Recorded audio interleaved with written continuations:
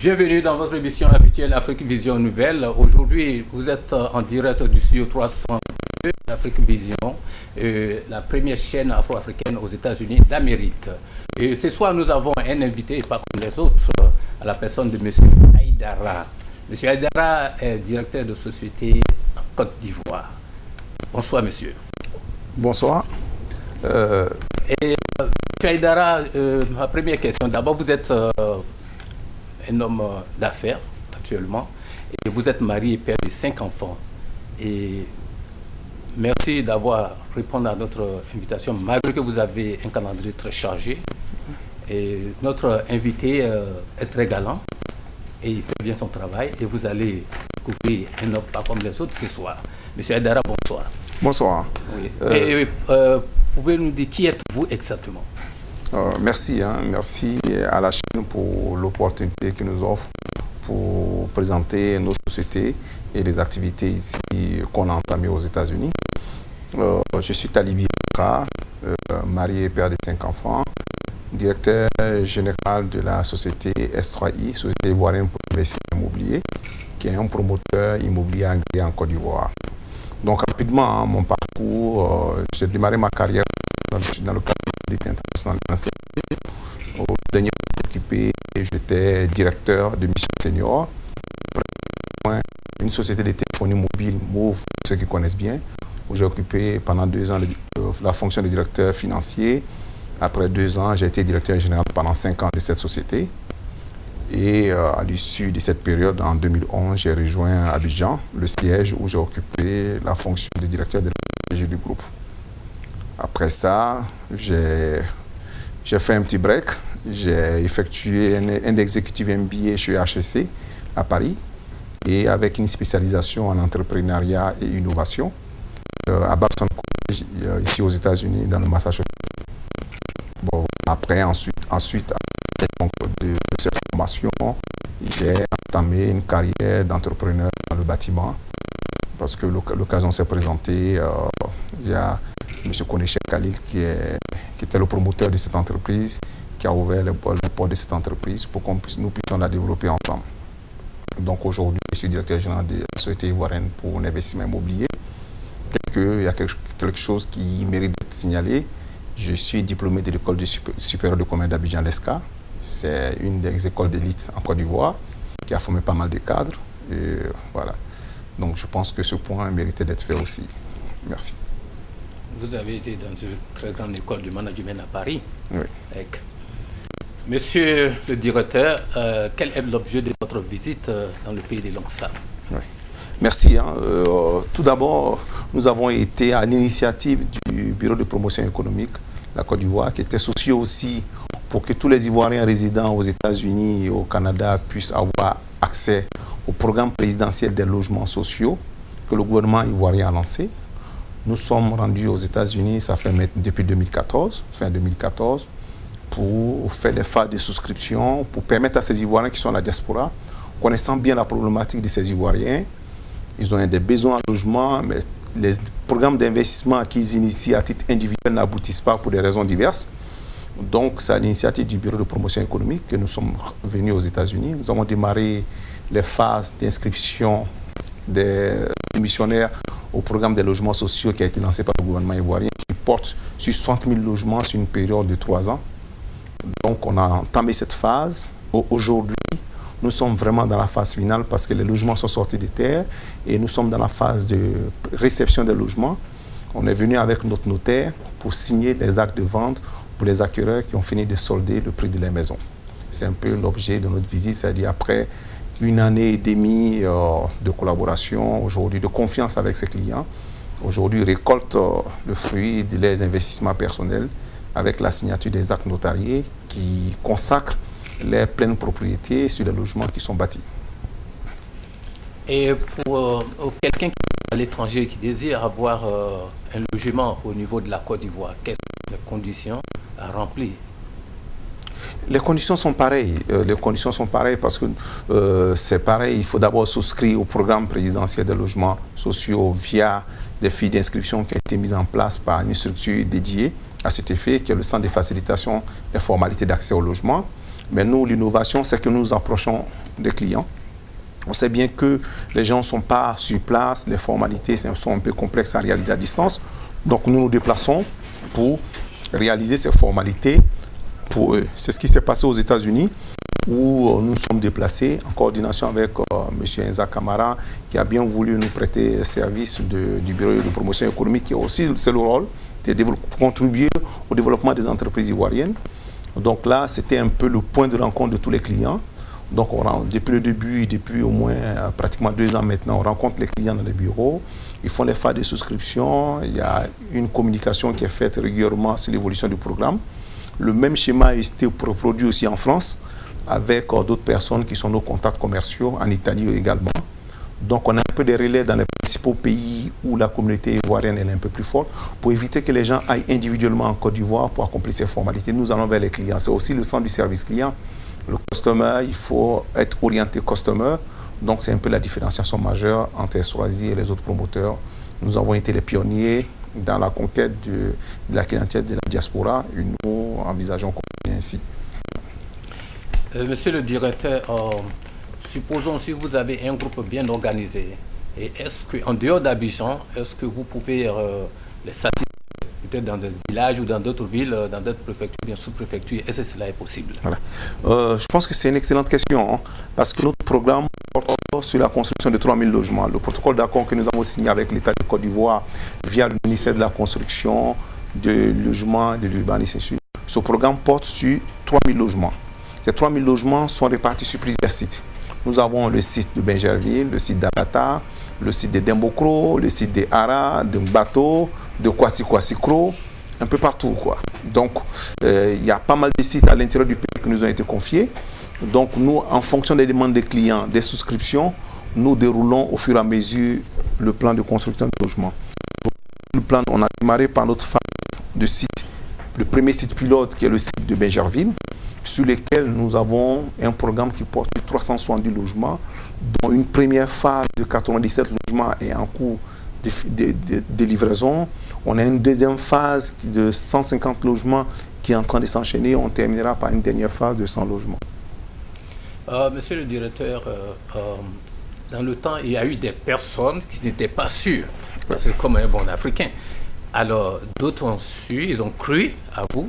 Et aujourd'hui, quel est le bilan? Ouais, je pense que c'était quand même compréhensible, hein, les personnes qui étaient un peu sceptiques quant à la réalité de ce programme, est-ce qu'il va aboutir ou pas.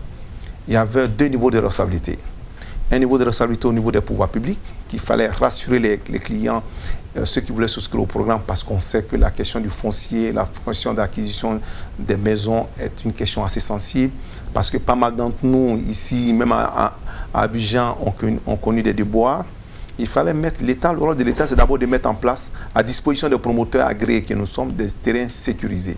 Donc, le rôle de l'État, il s'agit de négocier les terrains, de faire l'acquisition des terrains, de les mettre à disposition des promoteurs qui font l'acquisition plus tard. Ça, c'est un premier niveau.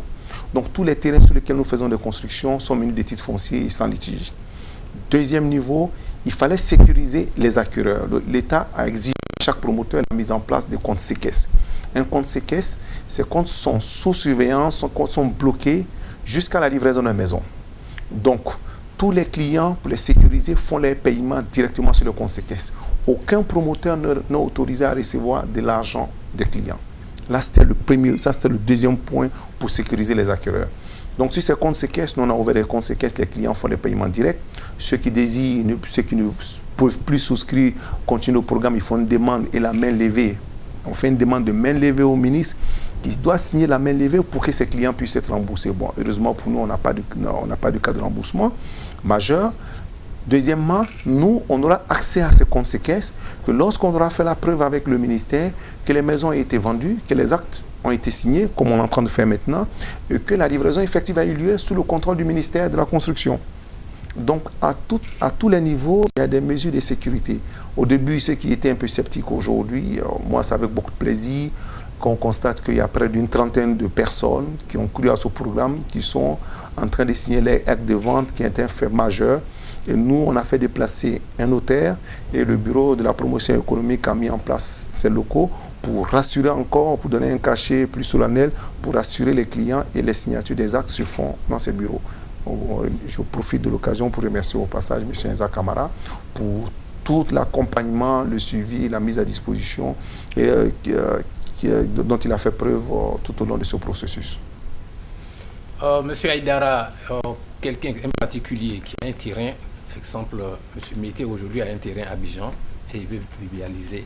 Alors, qu'est-ce qu'il fait? Il faut prendre contact ou bien il y a d'autres sociétés qui le font alors, je voudrais avoir des éclaircissements parce que il y a beaucoup d'hommes parmi nous aujourd'hui de la diaspora, individuellement, qui ont des terrains au niveau d'Abidjan. Et bon, ils ne savent pas comment il faut faire, peut-être par faute de moyens, ou bien par faute de confiance des personnes qui sont leurs correspondants. Alors, est-ce que vous pouvez nous donner des explications si cela est possible dans votre société, que vous pouvez rendre service? Oui, c'est vrai, c'est une question qui revient en permanence quand que nous soyons aux États-Unis, en France, en Italie. C'est une préoccupation parce que les gens ont des terrains.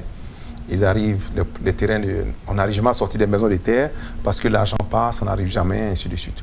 C'est vrai, nous déjà, on a un premier niveau, on a un rôle de conseil aussi à ses clients. Avant d'entamer, ce service existe chez nous. On a un service pour accompagner les gens qui ont des terrains pour pouvoir les construire parce qu'on a d'autres partenaires avec qui on travaille. Mais déjà, pour nous, la priorité, c'est de s'assurer que la personne dispose d'un terrain exempt de tout litige et que le terrain est sa propriété. Parce que c'est vrai, on fait du business, mais on ne veut pas faire du business dans n'importe quel sens. On s'assure que le terrain, la personne a un titre foncier, s'il n'a pas les titres fonciers, comment on l'accompagne pour avoir son titre foncier, est-ce que la personne a payé ses impôts fonciers sur le terrain, pour ne pas aller engager d'autres investissements sur un terrain qui peut être source de conflits et de litiges. Ça, c'est le premier niveau. Une fois que c'est fait, nous, on prend en compte les attentes du client. Il dit, le client dit, je veux construire un immeuble, une maison basse, une villa duplex. On transmet à nos architectes qui font une proposition et on fait un devis. Le devis est soumis au client qui nous dit, voilà comment je compte les financer, voilà dans quelle période, est-ce que j'ai du financement ou on peut aller vers une idée de l'avancement. Donc, au fur et à mesure que le client met les fonds à disposition, la maison elle évolue en fonction jusqu'à la finition. Donc, c'est assez flexible. Il n'y a pas une recette toute simple, c'est fonction de chaque client, de ses besoins. Voilà. Monsieur le directeur, vraiment merci d'avoir répondu à notre invitation. Et quel est votre dernier mot de fin?